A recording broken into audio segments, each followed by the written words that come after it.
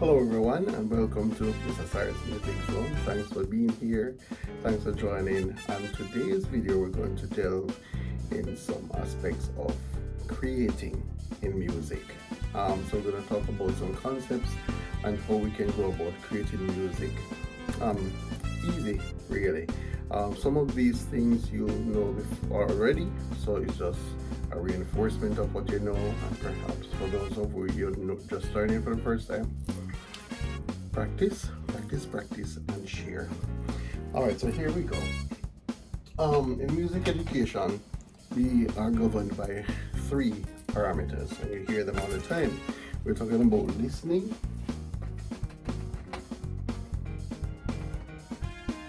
talking about performing, and we're talking about creating or composing. Right? So in almost every situation, there are at least two of these parameters that are being used, right? So we're talking about listening, performing, composing. Listen, perform, create. In the case of CSEC, we talk about LIAP, which is listening and appraising, and there is PERF, which is performing, and COMP or comp for composition. All right, so we have that out of the way. Now, everything we do as well in music are governed by what we call the elements of music, right? And you know these. So we talk about rhythm. Rhythm is duration. And in the most simple form, you're talking about long or short. We're talking about dynamics,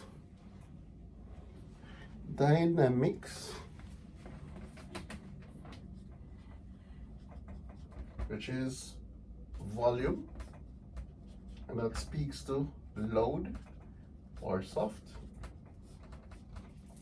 We talk about tempo, which is speed, and that has fast or slow. You know the others? With pitch, which is tone, and that is high or low. Talk about texture, which is layer, and that's thick or thin. We have form, that speaks to the structure or the shape. And we have timbre, that speaks to sound quality.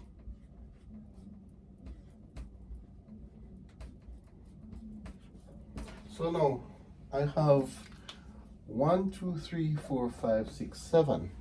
7 elements that we use on a day-to-day basis. So again, rhythm has to do with long or short sounds or duration. Dynamics has to do with volume, loud or soft. Tempo has to do with speed, fast or slow. We have pitch has to do with tone, as high or low. Texture that deals with layering, so it can be thick or thin. We talk about monophonic texture, homophonic texture, polyphonic texture. And then we have form that speaks to the structure, timbre also to sound quality.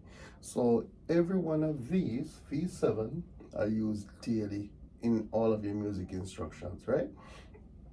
We always have a mixture of them in most cases. Though they are independent of each other, they also work best together within the space. So almost anything that you're doing in composing especially will incorporate all of these elements together. All right, so now I'm going to go down memory lane for some ideas, some things that you should know about in terms of note duration, and we could say rhythm as well. Uh-oh, my board is behaving badly. What is going on around here? Okay. so this may take a while. So we talk about composition. Of course, there's going to be notation, and people talk about formal notation and unconventional notation. So formal notation, as we know it to be, looks something like this. And you may have our tree of notes, right? There's a family tree, and we stop at the eighths. Everything is related, right? So we have our whole note at the top. It's like our pizza. Value is 4, half notes which follow, value is 2, quarter notes which follow 1 beat each, eighth notes that have half beat each. So if we're using one important element is pulse. So we talk about pulse governing our beat, right? So everything works under a steady pulse, especially rhythm. So if we're clapping all of these together from the whole note down to the eighth, this would be our pulse. And of course we clap and hold for 4, right? So here we go, and 1, 2, 3, 4, 1, 2, 3, 4, 1, 2, 3, 4, 1 and 2 and 3 and 4 and, right? So if you notice going down, the notes get shorter, but they're still even. So 4, we see 4 in this, 1, 2, 3, 4. Should probably use something else. And these two we have 1 and 2 over here, 3 and 4 over there. And then we have 1, 2, 3, 4. Then we have 1 and 2 and 3 and 4 and, right? So those are our beats. And when we talk about now steady pulse, of course, we also have to talk about meter, because we use meter to govern everything that we do in music. And now we have 3 types of meters. So meter can be either duple, it can be either triple, or it can be quadruple. Everything in music surrounds these 3 as well. So when you're in duple meter, you know it's 1, 2, 1, 2, 1, 2, 1. If you're in triple, 1, 2, 3, 1, 2. And if we're in quadruple, ready, go. 1, 2, 3, 4. 1, 2. Duple, triple, quadruple,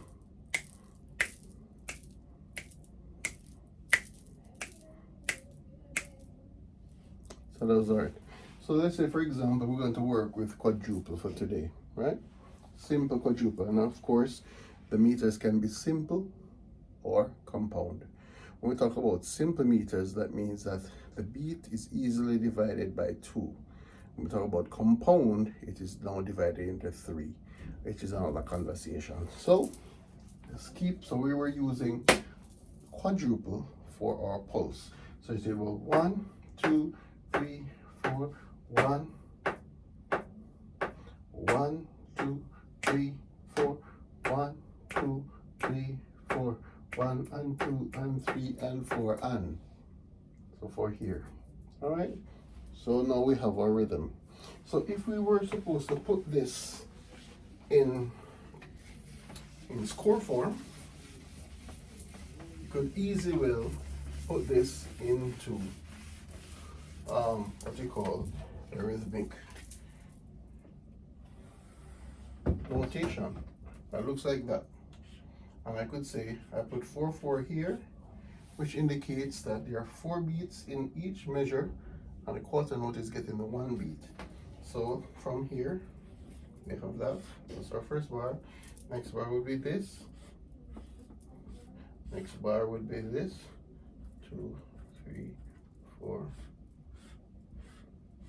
And our next bar would be 3, 4, 6, 7, 1, 2, 3,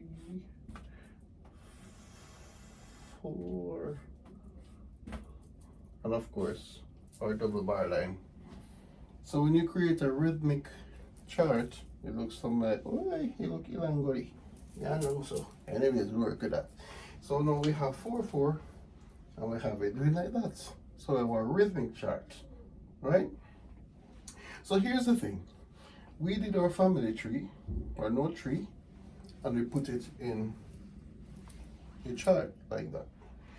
Suppose, so we know that it is 1, 2, 3, 4, 1, 2, 3, 4, 1, 2, 3, 1 and 2 and 3 and 4 and. So if we were supposed to say create something else, so we have all of that down there, and I want to do some, well, there's something important I forgot to tell you or to remind you, that each of these has a corresponding rest that is the same value as the note itself. That means that you have to be quiet for the same length. So for the whole note, the rest looks like an upside down hat. For the half note, it looks like a proper hat, right? And for the quarter note, it does look like that. And for the eighth note, it looks like a 7. So what it means is that when you see these signs, wherever you see them, that means that you have to be quiet for the duration of the note, the value. So we have all of these line notes. Suppose you wanted to mix it up a little bit, right? So we have 4, 4, cool. And I say, okay, I have whole note, 2 halves, 4 quarters, and 8 eighths. So I'm gonna say, okay, I'm going to do this. That's my first bar. I want to do this for my second bar.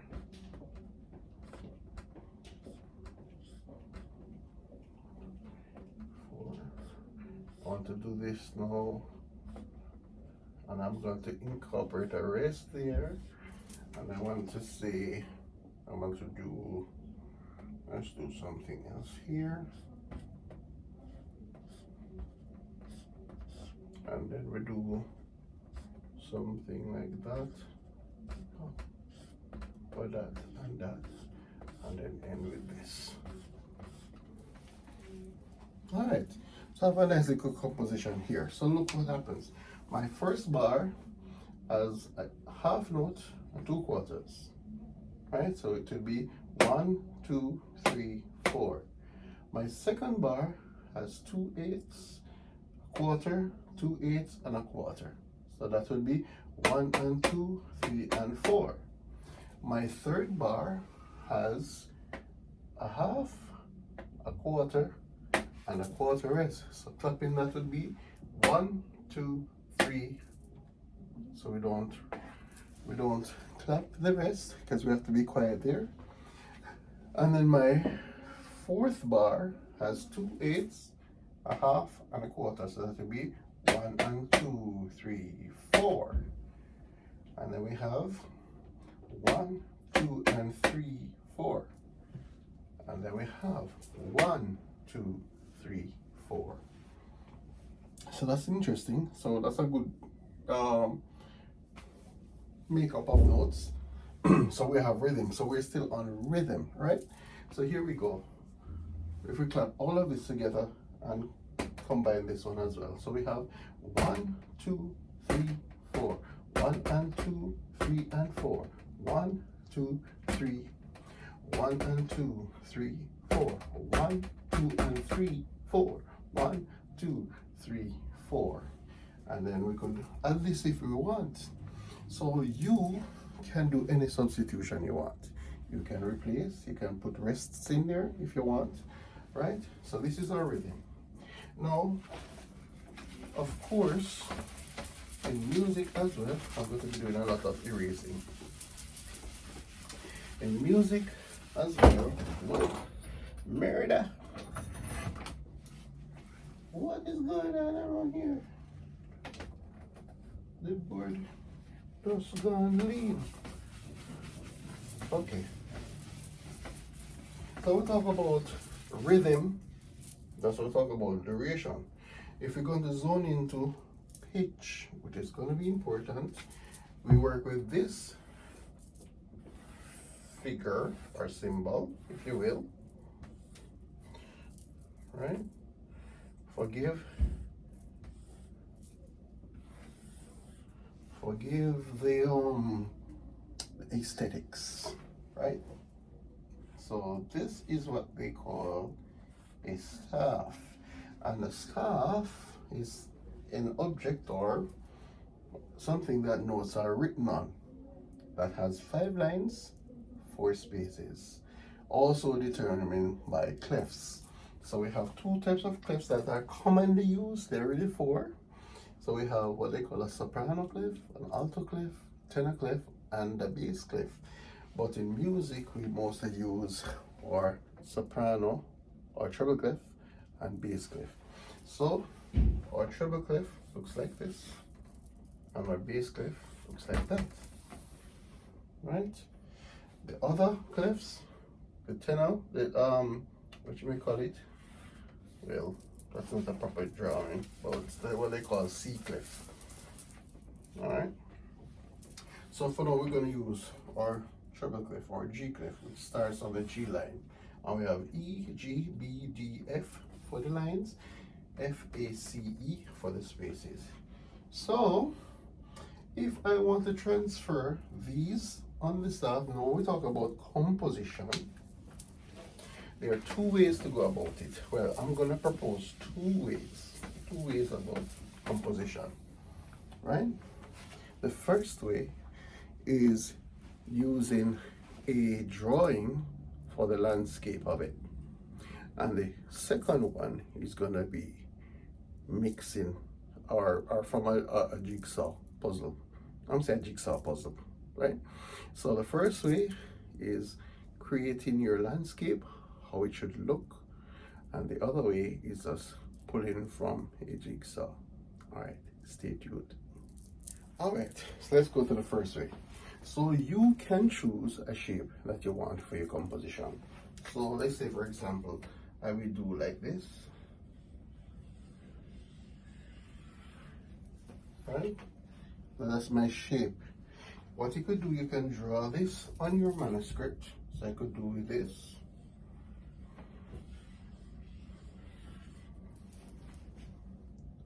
Right? Something similar.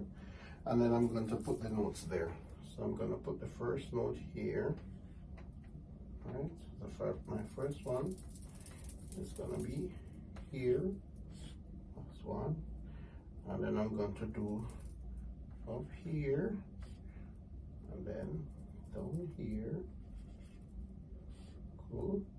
And then the next one. So this is closing this bar. So I'm going to do this next, and then this. So we have that there, and then we have one there, and then we have 2 more. So we can go up, up, up,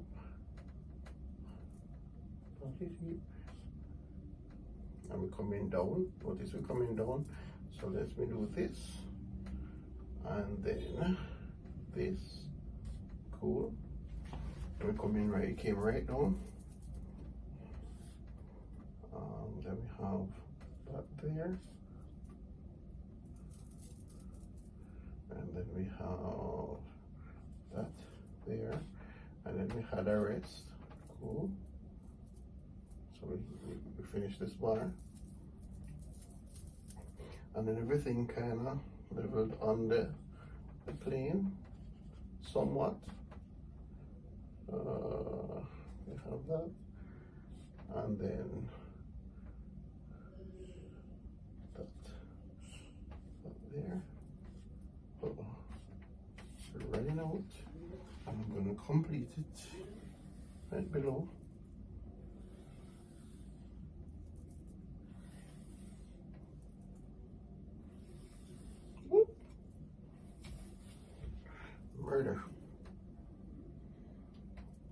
fix this boy. Cool. So we're going to continue here, and then we're going to say where we stop. We stop at this. So now we have based on the shape, now we add an F there. So we're going to go continue up, up, and back, down, and then we have one there, and we're going to call it done. So what do we have? We have something here. Let me see if I can get that pitch. So it looks like we're starting on F based on what is there. So let's see if we can, you know, where F is.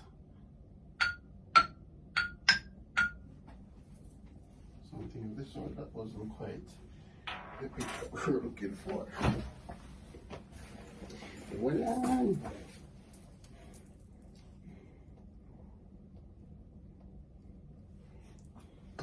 So we're looking for F. We're looking for F. Alright, so let's work with that for now. Love. So now we have definite pitches. Right? So we go la la la la la la la la la. Come again. So we have something like F to G, then we have G, A, B, E, ta ta ta ta. Okay, so now we have this construct. All right, so we have a melody line. So melody line has to do with pitches, all right? So we have this construct. So here we have F, G, F, G, A, B, C, D, E, D, C, B, A, G, G, G, F, and then we have F, G, A, G, F. So we know we have composed a melody. What you can also do now is that if you want to have another part or other parts, then you can also create it based on what you're doing. So that's one way. So we just created basically from the shape. All right. So that's drawing the landscape of your piece. All right.